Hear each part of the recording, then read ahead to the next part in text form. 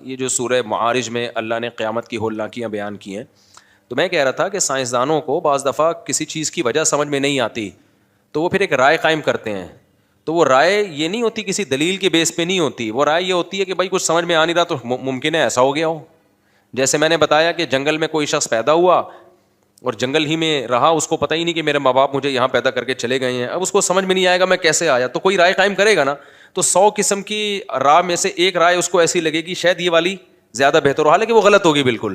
جب حقیقت سامنے آئے گی تو کچھ اور ہی نکلے گا، ایسی بات نکلے گی جہاں اس کا تصور بھی نہیں تھا. تو بالکل ایسے ہی ہے جیسے انسان اپنی پیدائش کیسے ہوئی یہ خود سے متعین نہیں کر سکتا جب تک وہ مشاہدہ نہ کر رہا ہو. تو ایسے ہی میرے بھائی اس کائنات کو پہلی دفعہ کس نے بنایا اور پھر یہ پروسیس ہو کے انسان کیسے وجود میں آئے، یہ سائنسدان قیامت تک بھی ریسرچ کرتے رہے نا، اس نتیجے تک پہنچ ہی نہیں سکتے. وہ مختلف تھیوریز پیش کر سکتے ہیں، جیسے ڈاروین نے ایک تھیوری پیش کی، اس طرح کی اٹکل پچو سے کام لیں گے وہ.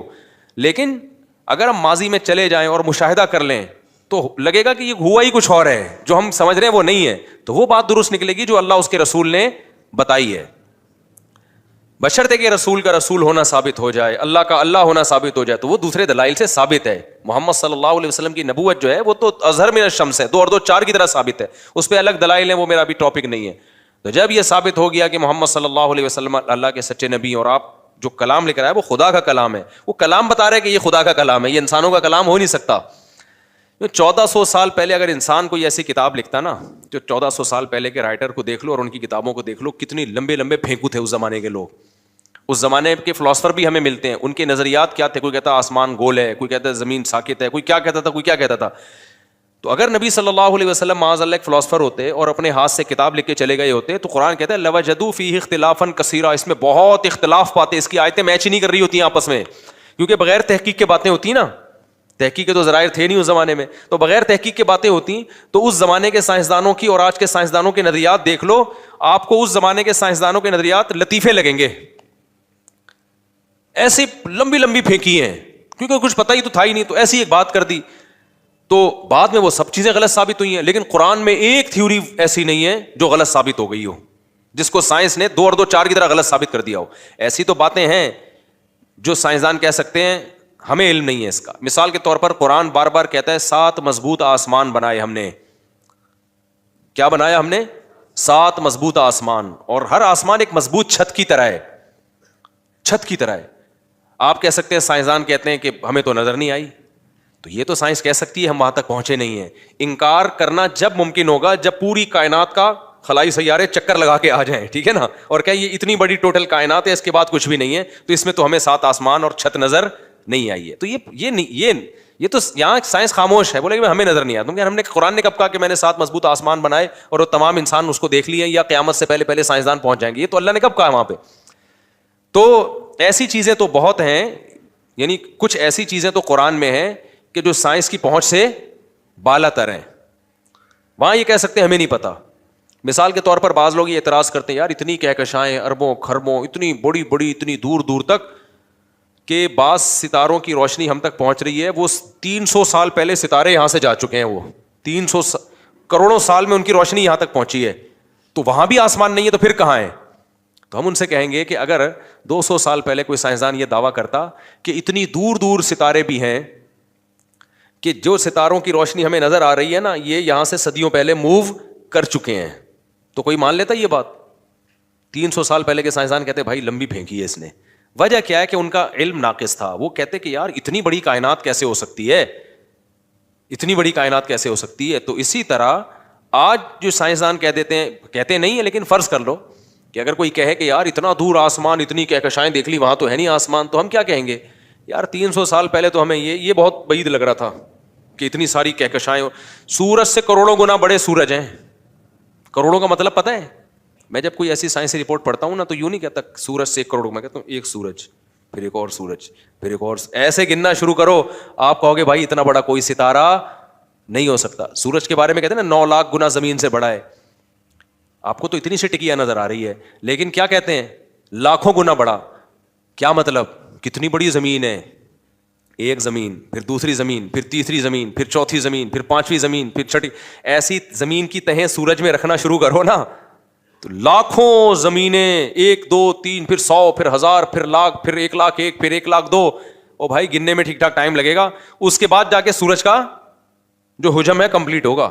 اور ایسے کروڑوں سورج، ایسے ستارے اس کائنات میں موجود ہیں، کروڑوں سورج کو آپ پیک کر کے اس ستارے کے برابر بن جائیں گے. وہ یہ کوئی سوچ سکتا تھا 300 سال پہلے؟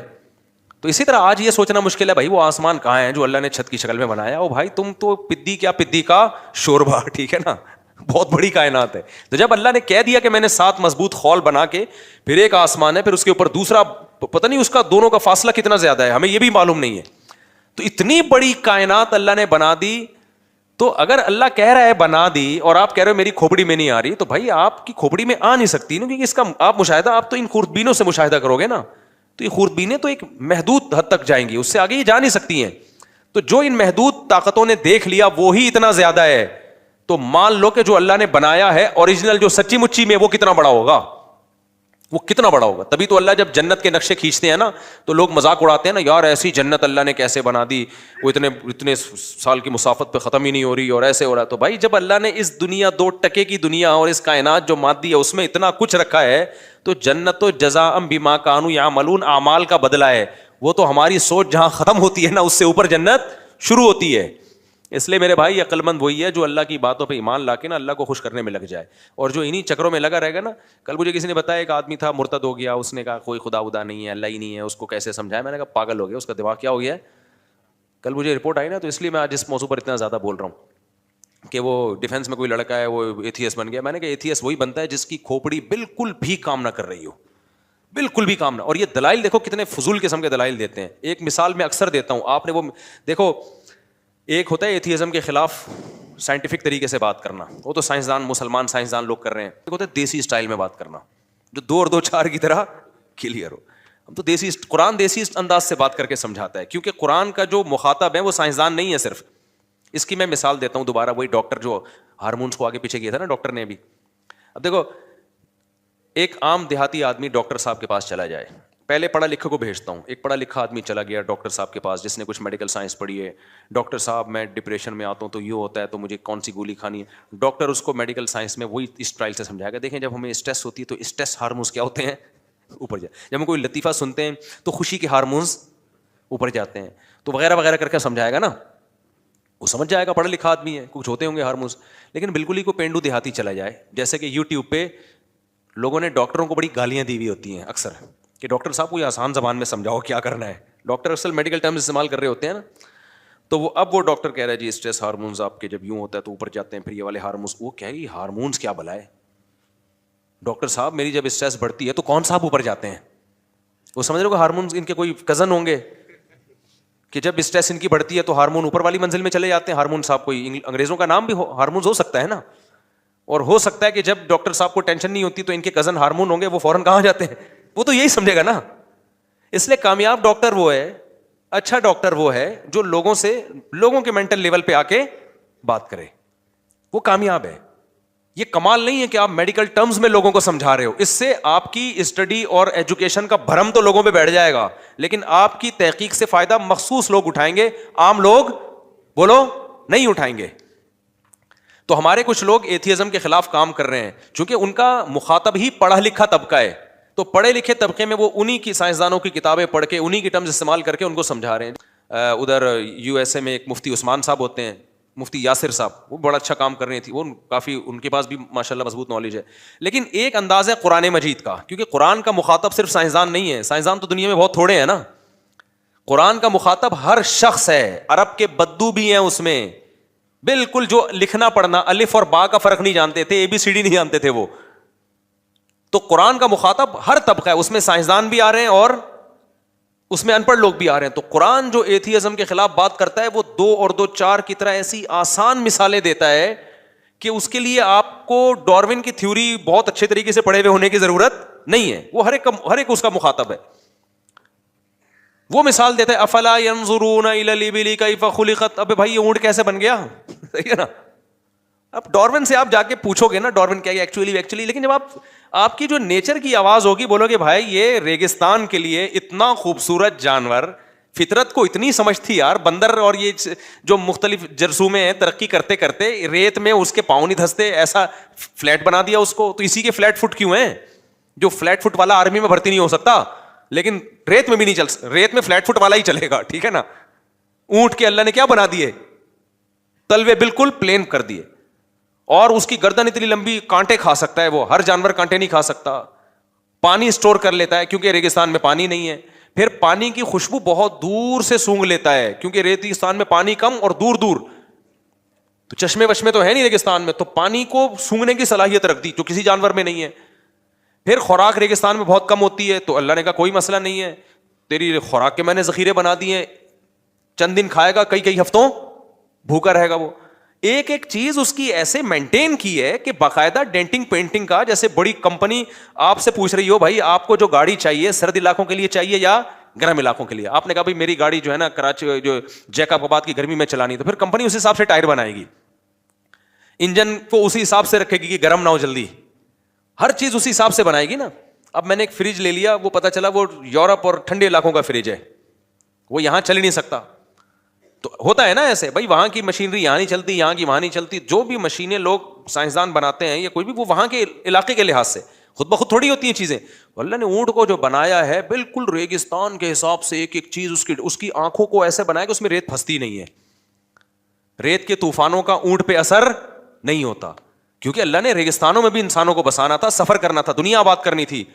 تو یار یہ کیا بات ہے یار, ہر جگہ کے لحاظ سے جانور پیدا ہو رہے ہیں. تو اللہ میاں نے بہت لمبی چوڑی تقریریں نہیں کی ہیں ڈاروین کو سمجھانے اور ان جیسے لوگوں کو. اللہ میاں نے کہا افلا دیکھتے نہیں کیسے بن گیا بھائی, ٹھیک ہے نا. ام خلقوا من غیر شیء ام هم الخالقون, خود سے بنے ہو یا تم نے خود اپنے آپ کو بنایا ہے؟ ظاہر ہے نہ خود سے بنے ہیں نہ ہم نے اپنے آپ کو بنایا, تو خود سے تو بن نہیں سکتے. 2 اور 2 4 کی طرح بات ہے, تو کوئی اور ذات ہے جس نے ہمیں بنایا ہے.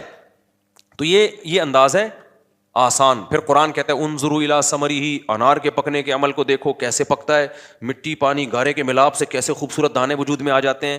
یہ سافٹ ویئر اس میں خود بخود انسٹال ہو گئے. فالق الحب والنوى, دانے اور گٹلی کو پھاڑ کے تناور درخت بناتا ہے, پھر وہ درخت بڑا ہوتا ہے, دوبارہ اس میں وہی گٹلیاں پیدا ہو جاتی ہیں. یہ جو سائیکل ہے, یہ چکر, یہ کیسے سافٹ ویئر گٹلی میں چلے گا یار؟ آٹومیٹیکلی چکر خود بخود ہوتا تو ایک جگہ آ کے تباہ ہو جاتا, رک کے ختم ہو جاتا.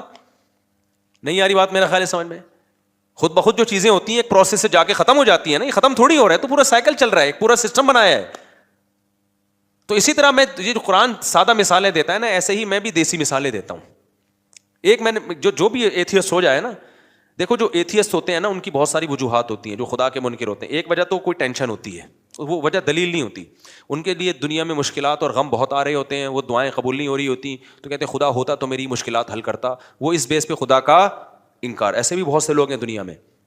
ایک جرمن سے خاتون آئی, ملحد تھی, ایتھیسٹ تھی, ہمارے دوست میں لانے کے لیے لے کر آئے. کمال کی بات ہے, اس کو دوپٹہ پہنا دیا انگریز عورت کو. مفتی صاحب سے ملنے جا رہی, دوپٹہ پہنا, بڑی تمیز سے نا دوپٹے پہن کے. انگریز عورتیں دوپٹے میں عجیب سی لگ رہی ہے, لگ رہا تو مذاق کر رہی ہیں ہمارے ساتھ, کیونکہ ان کے دوپٹے 100 سال پہلے اتر چکے ہیں. اب دوپٹہ لگتا ہے کہ عجیب سا ہی لگ رہا ہوتا ہے ان کے اوپر. خیر وہ دوپٹے میں آئی, اللہ اس کو جزائے خیر دے. تو اس نے وہ خدا کی منکر تھی. کیوں؟ اس نے کہا کہ میں بچپن میں گاڈ نے مجھ سے میری ماں چھین لی, مجھے ماں کی ضرورت تھی, بچپن میں میری ماں مر گئی. تو اس غضب میں اس نے کہا میں نہیں مانتی اللہ کو, خدا کو نہیں مانتی, یہ ظلم کیا میرے ساتھ, جاؤ ہم بھی نہیں مانتے. تو ایسی فضول بات نا. خیر اس کو تو جو میں نے جواب دینا تھا دے دیا.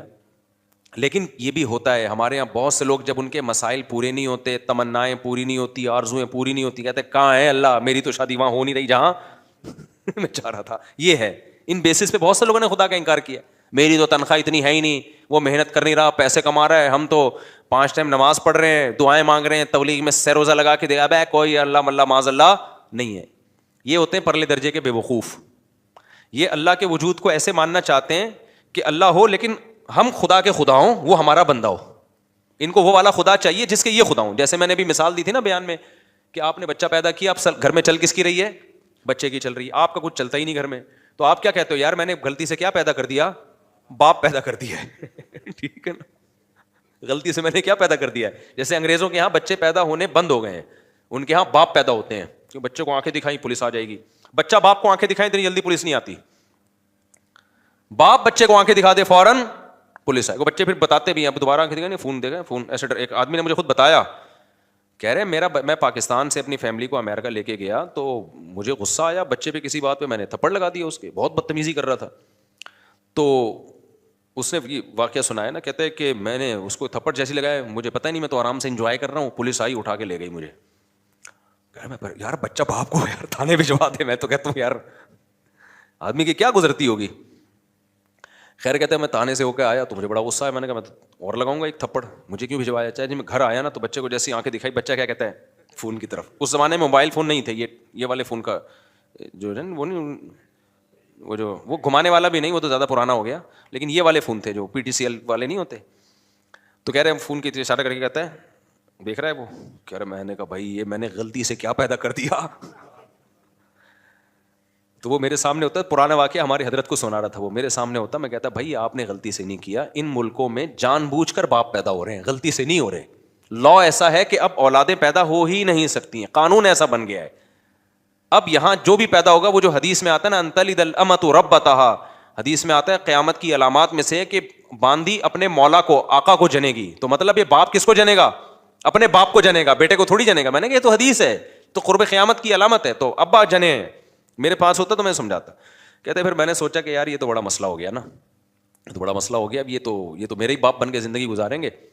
تو کہتے ہیں میں نے پھر بہانے سے یہ کیا, میں نے کہا کہ تمہیں پاکستان لے کے جا رہا ہوں, تو وہاں پھر ایسا بھی نہیں ہو سکتا کہ پاکستان لے آؤ آپ, بچہ کمپلین کر دے گا غریب ملک میں لے کے جا رہا ہے مجھے, ٹھیک ہے نا, آپ نہیں لے جا سکتے اپنے بچے کو اپنی مرضی سے, امریکن نیشنل ہے وہ, تو گورنمنٹ پکڑ لے گی, بولے کہ یہاں پیدا ہوا تو لے کے کیسے جا رہے ہیں وہاں پہ. تو کہہ رہے میں نے پھر بچوں کو یہ کہا کہ ہم ذرا چلتے ہیں گھومنے, قائد اعظم کا مزار دیکھیں گے اور یہ وغیرہ وغیرہ جو چیزیں ہوتی ہیں ہم یہ آپ کو دکھائیں گے. بچوں نے کہا ٹھیک ہے جی انجوائے کریں گے. کہہ رہے جب میں ایئرپورٹ پہ لے کر آیا, گھر میں لے کر گیا میں, اس کے بعد میں نے کہا بلا پولیس کو. آگے میں یوٹیوب کی پالیسی کے خلاف ہے, میرے خلاف نا ایتھیسٹ بہت ساری کمپلینس انہوں نے ڈالی ہوئی ہیں یوٹیوب کو, اس کا چینل بند کرو, بہت زیادہ کمپلینس گئی ہوئی ہیں. تو آگے اس نے وہ کچھ کیا جو یوٹیوب کی پالیسی کے خلاف. بچے کہہ رہے ہیں ہمارا قصور کیا, کہہ رہے ہیں انجوائے کر رہا ہوں میں, انجوائے, ٹھیک ہے ویسے ہی یار, بس بہت دن ہو گئے تھے, سمجھتے ہو. تو ان تلد الامۃ ربتہا, باندی کس کو جنے گی, اپنے آقا کو. وہ جننا شروع, بچے باپوں نے اپنے باپوں کو پیدا کرنا شروع کر دیا. تو میں یہ مثال کس پہ دے رہا تھا, پھر ہی دائیں پہ بیان چلا جاتا ہے یار, کہاں لے کے چلتے ہیں اب بیان. یہ مثال کس پہ آئی ہے, وہ بتا رہے. ہاں وہ بہت بہترین مثال, میں شکر ہے آپ نے یاد دلا دی, جزاک اللہ. تو میں مثال یہ دے رہا تھا کہ جو لوگ یہ کہتے ہیں نا ہم ٹینشن میں ہمارے اللہ نے یہ بھی نہیں کیا یہ بھی نہیں کیا, تو اللہ کہتا ہے ایسے اللہ کو ماننے کا فائدہ, وہ اللہ کا انکار کر دیتے ہیں اس بیس پہ, یار اللہ ہمارے کام تو بنا نہیں رہا, جہاں میں شادی کرنا چاہ رہا ہوں شادی نہیں ہو رہی, اور جہاں میں پیسے اتنے کمانا چاہ رہا ہوں جاب نہیں مل رہی, غربت مہنگائی میں خرچے پورے نہیں ہو رہے, تو دعائیں مانگ کے دیکھ لی دعائیں پوری نہیں ہو رہی, تو میں نہیں مانتا ہے معاذ اللہ ایسے اللہ کو. اس طرح کے بہت لوگ ہیں. بھائی بات یہ ہے کہ جب آپ اللہ کو مان رہے ہو نا, تو اللہ کا مطلب پتہ ہے کیا ہے, کہ چلے گی اس کی, چلے گی آپ کی نہیں. اللہ کہتا ہے ایسے والے اللہ کو مانو, ایسے والے اللہ. جب اللہ کی چلے گی تو اللہ چاہے گا تو آپ کی مرضی کی ہو جائے گی شادی, نہیں چاہے گا تو نہیں ہوگی. اللہ چاہے گا تو آپ کو آپ کی مرضی کی جاب مل جائے گی, نہیں چاہے گا تو نہیں ملے گی. تو اللہ کو ماننے کا مطلب اللہ وہ ہے, ہم اللہ تھوڑی ہیں. تو چاہتے اللہ کی پوری ہوں گی, ہماری تھوڑی پوری ہوں گی, ہماری اتنی پوری ہوں گی جتنی اللہ چاہے گا. تو اگر آپ نے ایسے اللہ ماننا ہے کہ آپ سب کچھ آپ کا چلے, تو پھر اللہ کہتے ہیں پھر میں کس بات کا اللہ ہو گیا بھائی, اللہ تو پھر تو ہے. یہاں ایک اشکال ہوتا ہے کہ جب اللہ نے اپنی ہی چلانی ہے تو ہم سے دعاؤں کا کیوں کہتا ہے. ایک سوال ہوگا, جب اللہ نے میری وہیں کروانی تھی جہاں ابا چاہ رہے تھے, میری والی تو اللہ نے دلانی نہیں تھی مجھے, تو پھر اللہ نے مجھے یہ کیوں کہا کہ راتوں کو اٹھ کے تہجد میں دعائیں مانگا کرو, یہ کیوں کہا اللہ نے. ابے دیکھو میں آپ سے کہتا ہوں, میں کسی وزیر ہوں فرض کرو, میں نے آپ سے کہا اپلیکیشن لکھ کے دو, ایک پراپر وے طریقہ ہے, یہ کام آپ چاہتے ہو نا, آپ کے گھر میں بجلی کا کنیکشن لگ جائے, گیس کا کنیکشن لگے گا تو پھر بھی نہیں, لیکن ایک مثال دے رہا ہوں, گیس کا کنیکشن لگ جائے تو آپ ایک اپلیکیشن دو, پراپر طریقے سے لکھ کے دو, تو ہم آپ کا وہ کام کر دیں گے. یہاں دفتر میں کھڑے ہو کے ہمارا سر خراب مت کرو. ہوتا ہے نا, جیسے مجھ سے کوئی ملنے کے لیے آتا ہے بے وقت آ جائے, تو میں کہتا ہوں بھائی ایک طریقہ ہے, ایڈمن سے رابطہ کرو, پھر بتاؤ کیوں ملنا چاہ رہے ہو. بعض دفعہ بلا وجہ رشتے کے لیے آ رہے ہوتے ہیں, ہماری شادی کرا دیں, تو بھائی میں نہیں شادیاں کراتا لوگوں کی, یہ کام میرا ہے ہی نہیں. تو کوئی وجہ بتاؤ گے, وہ وجہ معقول وجہ ہوگی, پھر ہم ٹائم دے دیں گے, اس ٹائم پہ آ جانا. میں تو پھر فارغ کر کے بیٹھتا ہوں اپنے آپ کو اس ٹائم پہ. تو لیکن آپ اس ٹائم پہ بھی آ گئے, پھر بھی میں نہیں مل رہا, تو آپ کو غصہ آئے گا نا, پھر ہمیں یہ لمبا چوڑا پروسیس بولو بتایا کیوں تھا بھائی, پہلے عثمان سے رابطہ کرو, پھر کوئی مفتی صاحب کی ڈائری میں دیکھیں گے سلاٹ خالی ہے تو اس کو دے دو, یہ سارا کر کے بھی آئے تو جب مفتی صاحب ہے ہی نہیں. آج میں نے ظہر میں کسی کو نکاح کا ٹائم دیا تھا, ظہر میں جامع الرشید میں مجھے ضروری کام تھا اور مجھے کام کی وجہ سے میں نہیں آ سکتا تھا, لیکن چونکہ میں نے ٹائم دیا تھا, صرف ایک 5 منٹ کا اس کا نکاح پڑھانے کے لیے میں اتنا لمبا سفر کر کے آیا اور نکاح پڑھا کے واپس گیا, میرا 1 گھنٹہ لگا. لیکن کیوں؟ اگر میں نہیں آتا تو برائی ہوتی نا, یہ اگلا کہتا ہے یار مفتی صاحب نے ٹائم دیا اور بھاگ گئے. حالانکہ مجھے بہت مشکل ہوئی تھی وہ نکاح پڑھانے, لیکن میں نے کہا یار یا تو ٹائم نہیں دیتے, دیا ہے تو اب اس کو پورا کرنا ہے, یا تو 1 ہفتہ پہلے مجھے پتا چل جاتا نا میری تو میں 1 ہفتہ پہلے وہ کینسل کر دیتا, لیکن عین وقت پہ کینسل کرنا غیر اخلاقی حرکت ہے, الا یہ کہ کوئی بہت ہی ایمرجنسی ہو جائے. تو ایسی اتنی بہت ایمرجنسی نہیں تھی. کتنا ٹائم میں نے 5 منٹ کے کام کے لیے اپنا برباد کیا, 1 گھنٹہ برباد اس سینس میں نہیں کہ وہ واقعی برباد, لیکن ظاہری لحاظ سے تو برباد ہی ہوا نا. لیکن بات یہ ہے کہ جب ایک عام آدمی اس کا خیال کر رہا ہے کہ جب کسی کو ٹائم دیا ہو تو بھائی پورا کرنا ہے, الا یہ کہ ایمرجنسی ہو جائے, ایک پروسیس رکھا ہے, جب آپ اس پروسیس کو پورا کرو گے تو پھر تو ٹائم دینا ہے. تو اللہ میاں نے بھی جب یہ کہہ دیا کہ بھائی ایسے ہی نہیں بلکہ باقاعدہ دعا مانگو, 2 رکعت پڑھو, ہاتھ اٹھاؤ, گڑ گڑاؤ, مجھ سے مانگو میں دیتا ہوں, ہم نے سارا پروسیس پورا کر لیا, پھر بھی اللہ دے نہیں رہا. اس کی کہیں اور ہو گئی, اس کے بچے ہم کو ماموں کہہ رہے ہیں. پھر آدمی کو غصہ آتا ہے, یار یہ ایتھیسٹ لوگ بہت سے یہی کہتے ہیں کہ پھر بولا کیوں تھا دعائیں مانگو, جب گورنمنٹ ہمیں کہتی ہے اپلیکیشن لکھ کے دو اور جب تمہارا نمبر آئے گا تو اس اپلیکیشن پہ غور ہوگا تو ہم یہ تمہارا نلکا لگوا دیں گے. جب گورنمنٹ نلکا نہیں لگاتی ہم گورنمنٹ پہ لعنتیں بھیج رہے ہوتے ہیں, یار ہمارے گٹر کے ڈھکن کی 50 درخواستیں ہم نے جمع کرا دی ہیں, گٹر کا ڈھکن نہیں لگ رہا, کرپٹ حکومت ہے, یہ ہے وہ ہے. تو یہی ہوتا ہے, پھر ہم حکومت کا انکار کر دیتے ہیں, بغاوت پہ آتے ہیں. تو ہم اللہ میاں بھی ہمیں کہا کہ ادعونی استجب لکم, دعائیں مانگو میں تمہاری دعاؤں کو سنوں گا, تمہاری پکار کا جواب دوں گا. سب جوتے کا تسمہ بھی مانگنا ہو وہ بھی ٹوٹ جائے تو مجھ سے مانگو. تو اللہ یہ تو جوتے کے تسمے مجھ سے مانگو, اور ہم جناب تجھ سے ضروری چیزیں مانگ رہے ہیں. روٹی تو ضروری ہے, روزگار ضروری ہے, اور غریبوں کو کتنی گالیاں آج کل فیس بک پہ پڑ رہی ہیں. تو اللہ یہ تو اب یہ تو ہم نے سروزہ بھی لگا لیا, حج کر کے دعائیں مانگ لی, بیت اللہ کے غلاف کو پکڑ کے جتنا ایکسٹریم لیول پہ ہم جا سکتے تھے نا چلے گئے. عمرے پہ گئے, وہاں ہم نے بیت اللہ کے غلاف کو پکڑ کے دعائیں مانگی, مگر پھر بھی ہمیں ماموں کے علاوہ کوئی لفظ نہیں ملا. بہت سے لوگ اس چکر میں ایتھیسٹ ہوتے ہیں کہ یار یہ کوئی خدا ودا معاذ اللہ نہیں ہے, ہوتا تو کچھ تو ترس آتا نا ہمارے اوپر. تو یہ ایک اشکال ہوتا ہے. پہلا جواب تو میں نے دیا, پہلا جو جواب ہے نا کہ آپ اللہ کو اللہ نہیں مان رہے, آپ اللہ کے اللہ بننے کی کوشش کر رہے ہو, اس اشکال کا جواب تو ہو گیا. لیکن دوسرا اشکال ہوتا ہے یہ اللہ ہی کے کہنے پہ تو ہم کر رہے ہیں. تو خوب سمجھ لو, اللہ نے جو کہا ہے نا کہ مجھ سے دعائیں مانگو تو میں تمہاری حاجات کو پورا کروں گا, تو دنیا میں تو جب ہم کسی کو کہتے ہیں نا کہ میں حاجات کو پورا کروں گا, تو ایمان بالغیب والا معاملہ نہیں ہوتا. نہ سامنے والے پر لازم ہے کہ ہم پر ایمان لے کر آئے, لہذا ہم اس کی حاجت پورا نہ کریں تو قابل ملامت ہیں. لیکن اللہ کا جہاں تک معاملہ ہے, اللہ حاجات پوری کرتا ہے, لیکن اللہ نے یہ کہا ہے کہ میں اس طریقے سے کروں گا جیسے میری سمجھ میں آئے گا, تمہاری رائے کے مطابق نہیں کروں گا. اس لیے کہ میں نے اپنے آپ کو غیب کے پردوں میں رکھنا ہے. اگر میں نے ایسے دعائیں قبول کرنا شروع کر دی, تم نے یہ مانگا میں نے یہ دے دیا, تو جو ایتھیسٹ ہیں سارے ایمان لے آئیں گے میرے اوپر, معاملہ غیب پہ تھوڑی رہے گا, پھر تو مشاہدے پر ہو جائے گا. سمجھ میں آ رہی ہے بات کہ نہیں آ رہی؟ غیب کا معاملہ تھوڑی رہے گا. پھر تو دنیا میں کوئی کافر نہیں رہے گا, کوئی نافرمان نہیں رہے گا, کوئی مرتد نہیں ہوگا, سارے کہیں گے ادھر دعا, اور پھر دعائیں بھی تو کیا کیا ہوں گی. پھر یہ دعا تھوڑی مانگے گا اللہ یہ دلا دے, اللہ اس جیسی 4 دلا دے. کیا خیال ہے؟ جب گئے بیت اللہ میں دعا مانگی, اللہ 1 کروڑ کی جاب لگ جائے, فوراً فون آ گیا لگ گئی ہے. پھر حاجتیں لوگوں کی کوئی محدود ہیں یا لامحدود ہیں؟ لامحدود حاجت. سارے گنجے پہنچیں گے, اللہ ہمارے سر پہ بال ہو گئے ہیں, جن کے بال لگ گئے وہ کہیں گے اللہ جو گر رہے ہیں وہ بھی آ جائیں.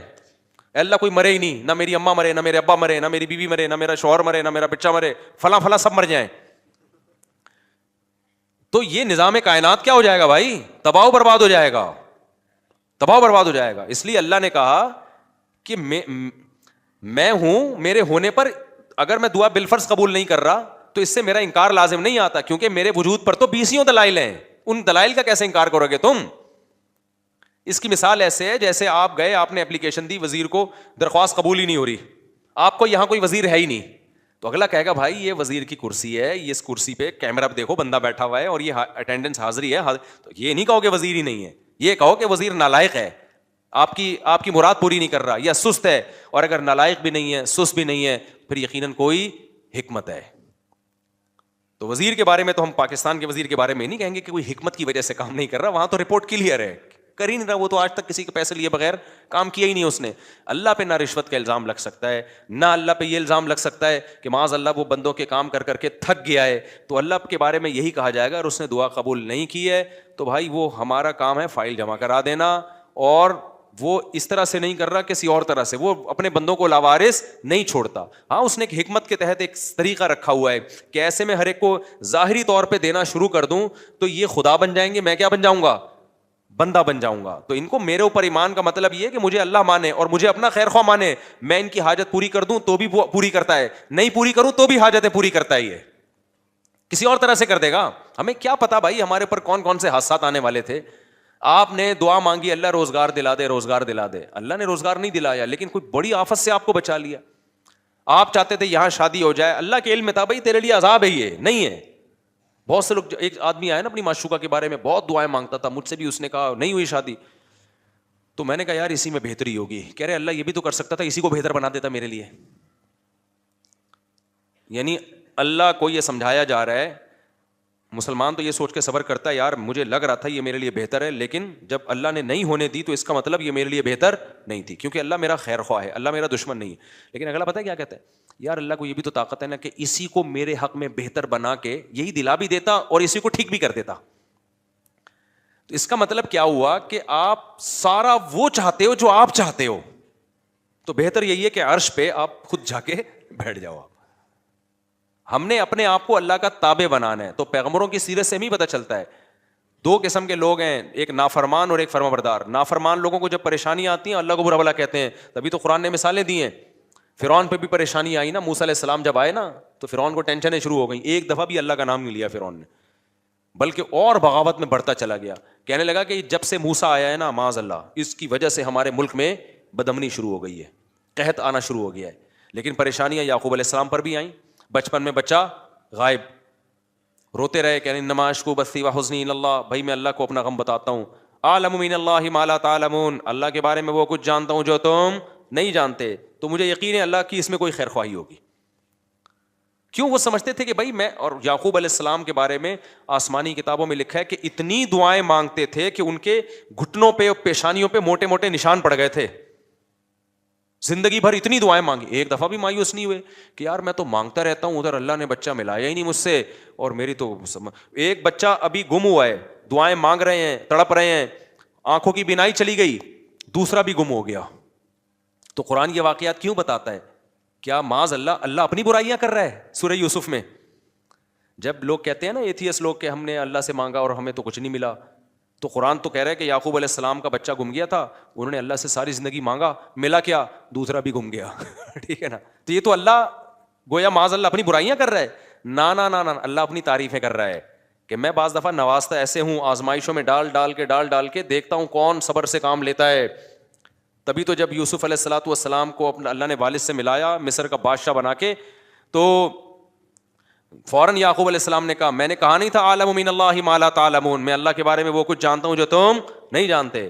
تو اس لیے یہ ٹینشنوں کی بیس پہ خدا کا انکار کرنا, اس سے اللہ پہ تو کوئی اثر نہیں پڑتا بھائی, آپ کی ٹینشنیں کم ہونے کے بجائے بڑھ جاتی ہیں. تو اس بیس پہ جو خدا کا انکار کرتے ہیں نا ٹینشنوں کی بیس پہ, ان کا انجام خودکشی ہوتا ہے. اور جو ایسے موقع پہ صبر سے کام لیتے ہیں, بھائی اللہ ہے, ہماری مراد پوری کرے تو بھی ہے, نہیں پوری کرے تو بھی ہے.